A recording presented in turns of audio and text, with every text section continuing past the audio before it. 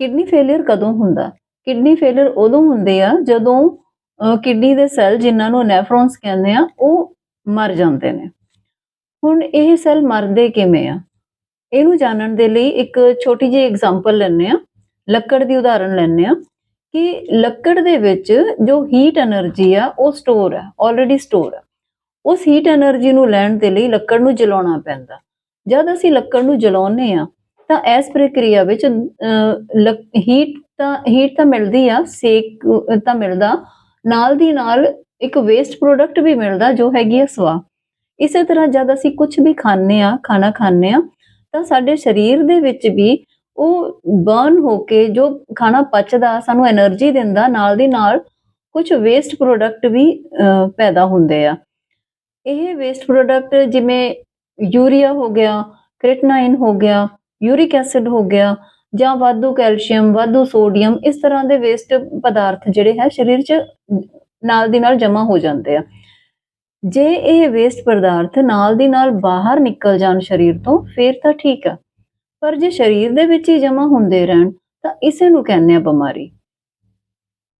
ਹੁਣ ਇਹ ਜੇ ਵੇਸਟ ਪਦਾਰਥ ਮੰਨ ਲਓ ਕਿ ਹਾਰਟ ਦੀਆਂ ਬਲੱਡ ਵੈਸਲਸ ਦੇ ਕੋਲ ਜਮ੍ਹਾਂ ਹੋ ਗਏ ਤਾਂ ਕਹਿ ਦਿੰਦੇ ਆ ਕਿ ਹਾਰਟ ਦੀ ਬਿਮਾਰੀ ਹੋ ਗਈ। ਇਹੀ ਜੇ ਵੇਸਟ ਪ੍ਰੋਡਕਟ ਕਿਡਨੀ ਦੇ ਕੋਲ ਇਕੱਠਾ ਹੋ ਰਿਹਾ ਤਾਂ ਕਿਡਨੀ ਦੀ ਬਿਮਾਰੀ ਹੋ ਗਈ। ਹੁਣ ਕਿਡਨੀ ਦੇ ਸੈਲਸ ਨੂੰ ਆਕਸੀਜਨ ਨਹੀਂ ਮਿਲਦੀ ਕਿਉਂਕਿ ਉੱਥੇ ਵੇਸਟੇਜ ਜਮ੍ਹਾਂ, ਇਸ ਕਰਕੇ ਕਿਡਨੀ ਦੇ ਸੈੱਲ ਮਰਨ ਲੱਗ ਜਾਂਦੇ ਆ। ਇਹ ਤਾਂ ਹੋ ਗਈ ਕਿਡਨੀ ਦੀ ਬਿਮਾਰੀ ਕਿ ਹੁੰਦੀ ਕਿਵੇਂ ਆ। ਇਹਦਾ ਇਲਾਜ ਕੀ ਆ? ਇਹਦਾ ਇਲਾਜ ਕੀਤਾ ਜਾਂਦਾ ਗ੍ਰੈਡ ਸਿਸਟਮ ਦੇ ਨਾਲ। ਇਹ ਇੱਕ ਐਸੀ ਪद्धਤੀ ਹੈਗੀ ਆ ਜਿਹਦੇ ਨਾਲ 70% ਪੇਸ਼ੈਂਟ ਤਾਂ ਕੁਝ ਦਿਨਾਂ 'ਚ ਹੀ ਠੀਕ ਹੋਣ ਲੱਗ ਜਾਂਦੇ ਆ, ਉਹਨਾਂ ਦਾ ਡਾਇਲਿਸਿਸ ਛੁੱਟ ਜਾਂਦਾ, ਤੇ 30% ਪੇਸ਼ੈਂਟ ਐਸੇ ਆ ਜਿਨ੍ਹਾਂ ਨੂੰ ਮਹੀਨਾ ਭਰ ਲੱਗ ਜਾਂਦਾ। ਇਹਦੇ ਵਿੱਚ ਆ ਕੀ ਜਾਂਦਾ? ਗ੍ਰੈਡ ਸਿਸਟਮ ਦੇ ਵਿੱਚ ਕੀ ਆ ਜਾਂਦਾ? ਇਹਦੇ 'ਚ ਆ ਜਾਂਦਾ time as medicine, food as medicine, 0 volt ਤੇ ਹੌਟ ਵਾਟਰ ਇਮਰਸ਼ਨ। ਇੱਕ ਇੱਕ ਕਰਕੇ ਸਮਝਦੇ ਆ ਸ਼ਾਰਟ ਦੇ ਵਿੱਚ ਕੀ ਆ। ਫੂਡ ਐਸ ਮੈਡੀਸਿਨ ਭਾਵ ਖਾਣੇ ਨੂੰ ਦਵਾਈ ਦੀ ਤਰ੍ਹਾਂ ਖਾਓ, ਨਹੀਂ ਤਾਂ ਤੁਹਾਨੂੰ ਦਵਾਈਆਂ ਨੂੰ ਖਾਣੇ ਦੀ ਤਰ੍ਹਾਂ ਖਾਣਾ ਪਊਗਾ। ਕਿਉਂਕਿ ਬਹੁਤ ਸਾਰੇ ਲੋਕ ਨੇ ਜੋ 12-18 ਗੋਲੀਆਂ ਖਾਂਦੇ ਨੇ, ਉਹ ਖਾਣਾ ਹੀ ਬਣਾਇਆ ਹੋਇਆ ਉਹਨਾਂ ਨੇ ਦਵਾਈਆਂ ਨੂੰ। ਤਾਂ ਜੇ ਅਸੀਂ DIP ਡਾਈਟ ਲੈਂਦੇ ਆ, DIP ਡਾਈਟ ਦੇ ਵਿੱਚ ਸਵੇਰੇ ਉੱਠ ਕੇ ਨਾਸ਼ਤੇ ਦੇ ਵਿੱਚ ਤੁਹਾਡੀ ਬੋਡੀ ਦੇ weight ਦੇ ਹਿਸਾਬ ਦੇ ਨਾਲ ਫਰੂਟ ਖਾਣੇ ਹੁੰਦੇ ਆ।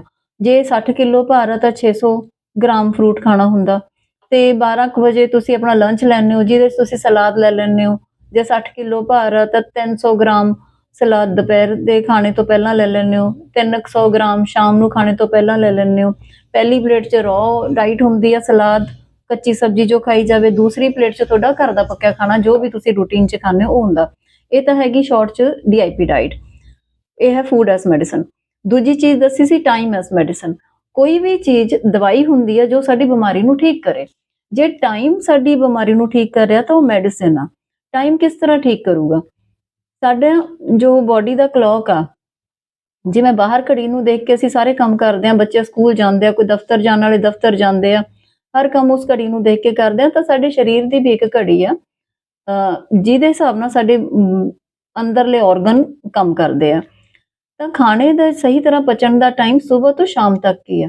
ਜਿਹੜਾ ਅਸੀਂ ਬਹੁਤ ਲੇਟ ਖਾਣਾ ਖਾਂਦੇ ਆ ਉਹ ਸਹੀ ਤਰ੍ਹਾਂ ਪਚਦਾ ਨਹੀਂ, ਉਹਦਾ ਵੇਸਟ ਬਣਦਾ ਔਰ ਜਮ੍ਹਾਂ ਹੁੰਦਾ ਅੰਦਰ।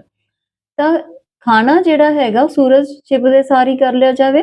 ਹੋ ਸਕੇ 7 ਵਜੇ ਤੱਕ ਤਾਂ ਬਹੁਤ ਵਧੀਆ, ਜੇ 7 ਵਜੇ ਤੱਕ ਨਹੀਂ ਹੁੰਦਾ ਤਾਂ 8 ਵਜੇ ਤੱਕ ਖਾ ਲੈਣਾ ਚਾਹੀਦਾ ਸ਼ਾਮ ਦਾ ਖਾਣਾ। ਇਹ ਤਾਂ ਹੋ ਗਿਆ ਟਾਈਮ ਐਸ ਮੈਡੀਸਨ। ਤੀਸਰੀ ਗੱਲ ਕੀਤੀ ਸੀ 0 ਵੋਲਟ ਦੀ। 0 ਵੋਲਟ ਭਾਵ ਧਰਤੀ ਦੇ ਨਾਲ ਕਨੈਕਸ਼ਨ। ਸਾਡਾ ਜਦੋਂ ਤੋਂ ਧਰਤੀ ਦੇ ਨਾਲ ਕਨੈਕਸ਼ਨ ਟੁੱਟਿਆ ਉਦੋਂ ਤੋਂ ਹੀ ਬਿਮਾਰੀਆਂ ਵਧੀਆਂ ਨੇ। ਤਾਂ ਕੁਝ ਦੇਰ ਨੰਗੇ ਪੈਰ ਧਰਤੀ ਤੇ ਤੁਰਨਾ ਬਹੁਤ ਜ਼ਰੂਰੀ ਆ। ਉੱਪਰੋਂ ਸੂਰਜ ਦੀ ਰੋਸ਼ਨੀ ਲੈਣੀ, ਹੇਠਾਂ ਨੰਗੇ ਪੈਰ ਧਰਤੀ ਤੇ ਰੱਖਣੇ, ਤੇ ਧਰਤੀ ਦੀ ਵੋਲਟੇਜ ਕਿਉਂਕਿ 0 ਆ ਤਾਂ ਉਹ 0 ਵੋਲਟ ਟ੍ਰੀਟਮੈਂਟ ਹੋ ਗਿਆ ਧਰਤੀ ਦੇ ਨਾਲ। ਚੌਥੀ ਚੀਜ਼ ਸੀਗੀ ਹੌਟ ਵਾਟਰ ਇਮਰਸ਼ਨ। ਉਹਦੇ ਵਿੱਚ ਗਰਮ ਪਾਣੀ ਨੂੰ ਇੱਕ ਅਸੀਂ ਵਰਤਦੇ ਹਾਂ ਕਿਡਨੀ ਤਾਂ ਕਿ ਸਾਡਾ ਜੋ ਸਰੀਰ, ਸਾਡੀ ਸਕਿਨ ਆ ਉਹ ਕਿਡਨੀ ਦਾ ਕੰਮ ਕਰੇ। ਜਦ ਇੱਕ ਦੋਨੋਂ ਕਿਡਨੀਆਂ ਖਰਾਬ ਹੋ ਰਹੀਆਂ ਨੇ ਤਾਂ ਤੀਸਰੀ ਕਿਡਨੀ ਸਾਡੀ ਸਕਿਨ ਹੁੰਦੀ ਆ, ਸਾਡੀ ਚਮੜੀ। ਇਹ ਕਿਡਨੀ ਦਾ ਹੀ ਕੰਮ ਕਰਦੀ ਆ, ਤੇ ਉਹਨੂੰ ਕਿਡਨੀ ਦਾ ਕੰਮ ਲੈਣ ਲਈ ਵੇਸਟ ਤਾਂ ਕਿ ਬਾਹਰ ਜਾਏ, ਟੌਕਸਿਨਸ ਬਾਹਰ ਨਿਕਲ ਜਾਣ ਸਰੀਰ ਤੋਂ, ਗਰਮ ਪਾਣੀ 'ਚ ਬਿਠਾਇਆ ਜਾਂਦਾ। ਤੇ ਹੌਟ ਵਾਟਰ ਇਮਰਸ਼ਨ ਇਹਨੂੰ ਕਹਿੰਦੇ ਆ। ਇਸ ਸਾਰੀ ਪद्धਤੀ ਨੂੰ ਜਾਣਨ ਦੇ ਲਈ अगले पार्ट वीडियो च देखो। किडनी पेशेंट का मतलब कि उनका बीपी बहुत हाई है, बहुत हाई मतलब 200/100 दवाई से भी कंट्रोल नहीं हो रहा, नंबर 1। बॉडी में स्वेलिंग है, सूजन है, नंबर 2। यूरिन आउटपुट आधे लीटर से कम है, नंबर 3। एक्सट्रीम वीकनेस है। एक्सट्रीम वीकनेस क्यों? जब पानी बॉडी में जमा हो जाएगा, हार्ट लंग्स ठीक से काम नहीं करेंगे तो कमजोरी आएगी, नंबर 3। और साथ ही में उल्टी आती है, इचिंग होती है। तो ये 5 चीजें हैं। तो इसका मतलब आप किडनी के पेशेंट हैं। अब क्या करना है? ये time as medicine, food as medicine and 0 volt, ये तो करना ही करना है सभी को। इसके अलावा हॉट वाटर इमर्शन। क्यों? क्योंकि 2 किडनी तो काम नहीं कर रही, तो तीसरा किडनी की सहारा लेना है। तीसरा किडनी कौन सा है? Your skin.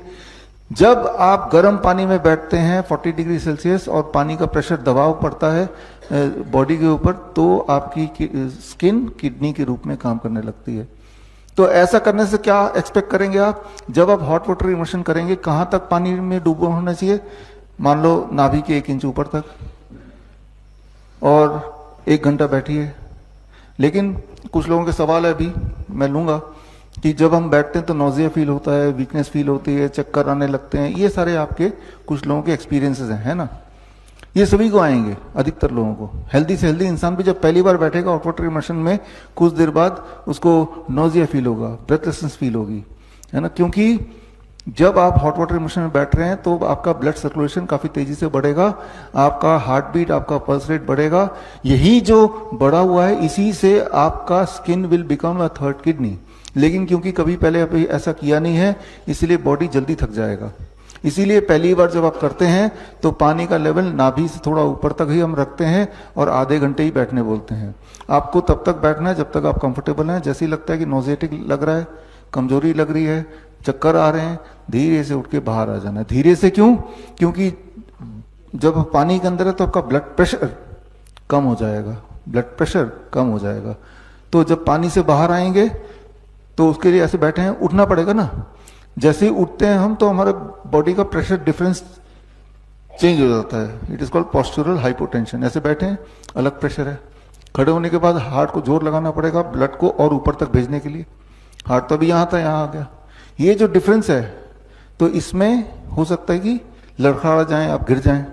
तो सोच समझ के धीरे धीरे पकड़ के फिर बैठ के निकल के सहारे से बाहर जाके बैठ जाओ 2-4 मिनट। अब आपकी बॉडी की रिदम बाहर के हिसाब से हो गई, आउटसाइड एनवायरमेंट, पानी के इनसाइड एनवायरमेंट से आउटसाइड एनवायरमेंट।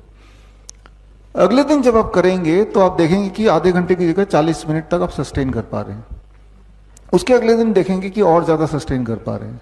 तो इस तरह से धीरे धीरे आपकी कैपेसिटी बढ़ेगी। जैसे जब आप जिम में नए नए जाते हैं तो पहले दिन आप उतना कुछ नहीं कर पाते, लेकिन जब रोज करते हैं तो धीरे धीरे स्टेमिना बढ़ती रहती है, हर दिन बढ़ती है ना। तो आपको क्या करना है? आपके सवाल का जवाब है हॉट वाटर इमर्शन।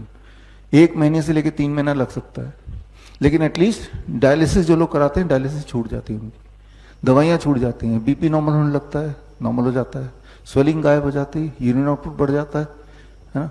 और ये तीनों चीज होने का मतलब वीकनेस भी चली जाएगी, इचिंग चली जाएगी, वॉमिटिंग चली जाएगी।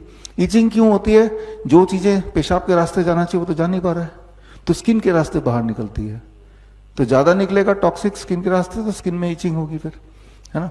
तो किडनी के पेशेंट को अलग से क्या करना है? बिसाइड जो आप कर रहे हैं हॉट वाटर इमर्शन करना है। कितनी देर करना है?